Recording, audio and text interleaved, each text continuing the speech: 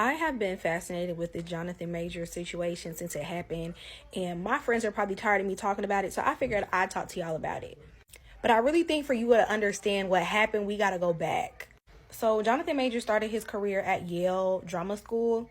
The acting school is one of the premier in the country, if not the world.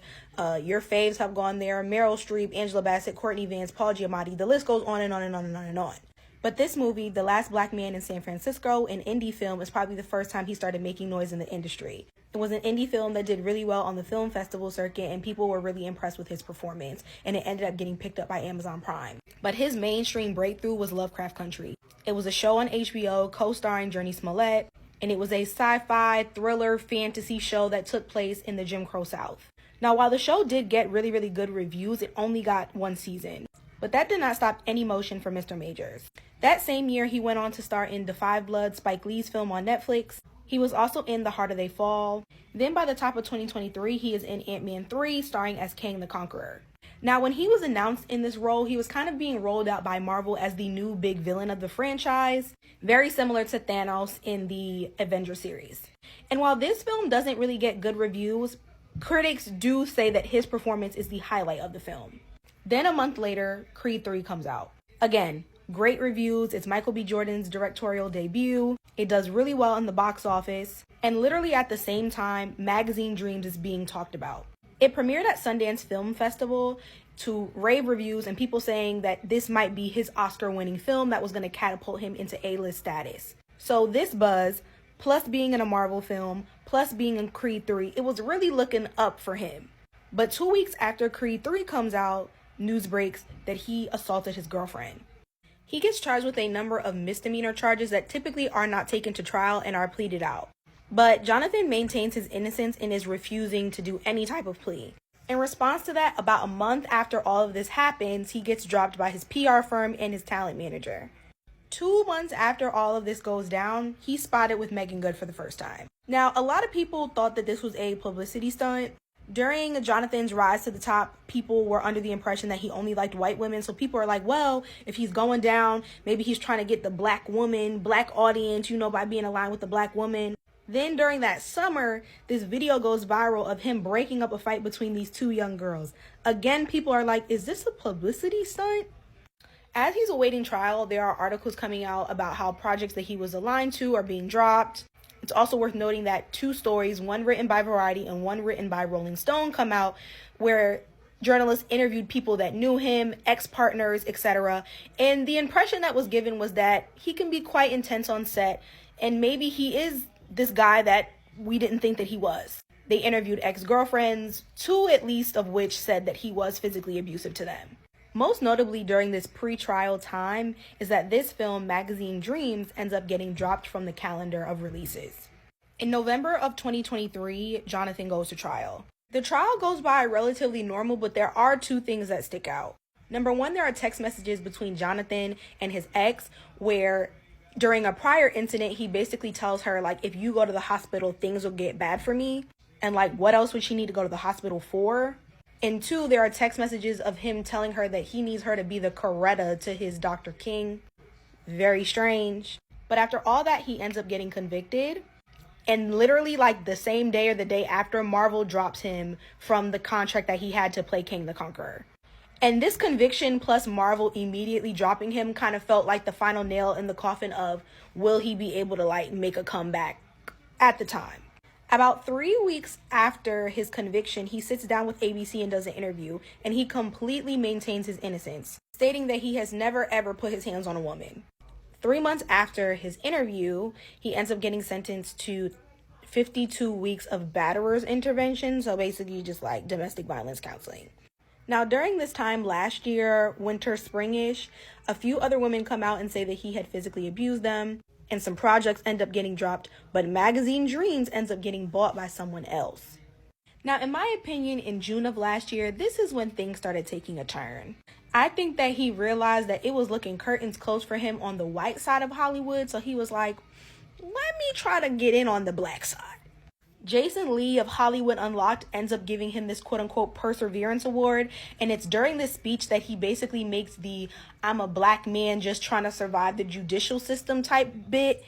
And it's like, Bro, it didn't even have to go down like this. The charges that you had don't even usually result in jail time.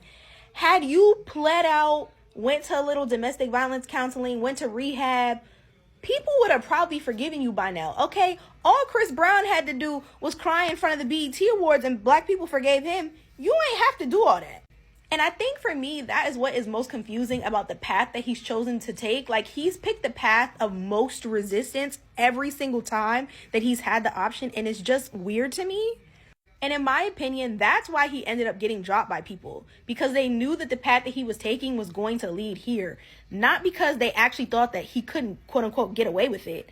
Now, it is worth noting that the woman who accused him was white. And I really do think that this speech and how he talked about things really did kind of like shift certain black people's perspective of him and be like, I do think he is a black man getting taken advantage of a white woman that's lying on him.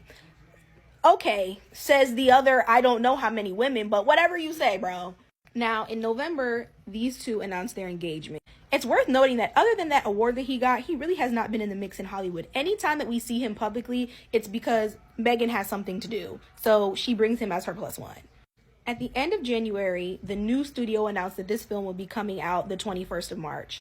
And I have to say, this is another thing that confuses me.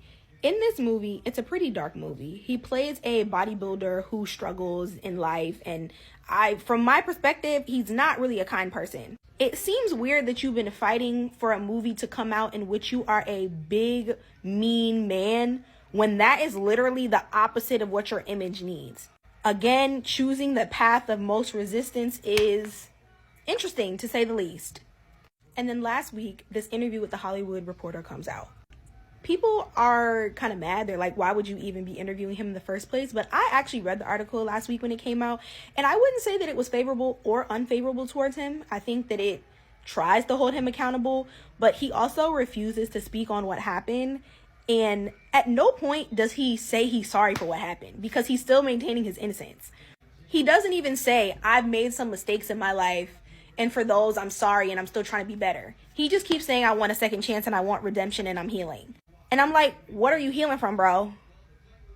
He also, in this article, says that he was SA'd as a child and he's been coming to grips with that. And it's like, does it feel like you're trying to weaponize that because people are trying to hold you accountable? Like, I don't know. And again, I don't think the article did him any favors. But then, this past Tuesday, literally 3 days before the movie is slated to come out, this audio with the woman that the trial was about, yeah, he admitted to assaulting her on camera.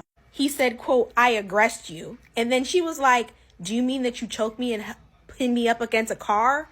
And he was like, well, yes, that falls under aggressed. Which now everybody is looking at you funny because you said you never did that, but you're literally admitting it on audio. So, and let me say this. I don't know who released it. Maybe it was Miss Jabari. Maybe it was someone else. But whoever held on to that and decided to wait until the week that his movie and his big comeback was happening to release it, yeah, you did your big, petty big one on that. Then literally in an effort to try to push down the headlines of him admitting that he beat up that woman, yeah, him and Megan got married. Again, path of most resistance. Now, despite the fact that he admit to abusing that woman on audio, he's still been doing interviews. He did an interview with Sherry Shepherd this week where she was crying, talking about, I have sons and oh my God, you represent them. And then on his interview with the Breakfast Club, Charlamagne was like, well, if Robert Downey Jr. can get a second chance, then why can't you? Mind you, Robert Downey Jr. was actually ostracized by Hollywood for years, and Iron Man was his big comeback because they thought that film was going to be a flop, but that's neither here nor there. So everybody is waiting to see what this movie is going to do, and I think this will be the test of whether or not he can come back. I will say that choosing the path, again, of most resistance and not just admitting that you did something wrong, it's going to make it harder for people to forgive you. I will say this, Megan Good has worked with Tyler Perry recently, and I wouldn't be surprised if Tyler puts him in something as a way of easing his way back into Hollywood, but we'll see how that goes.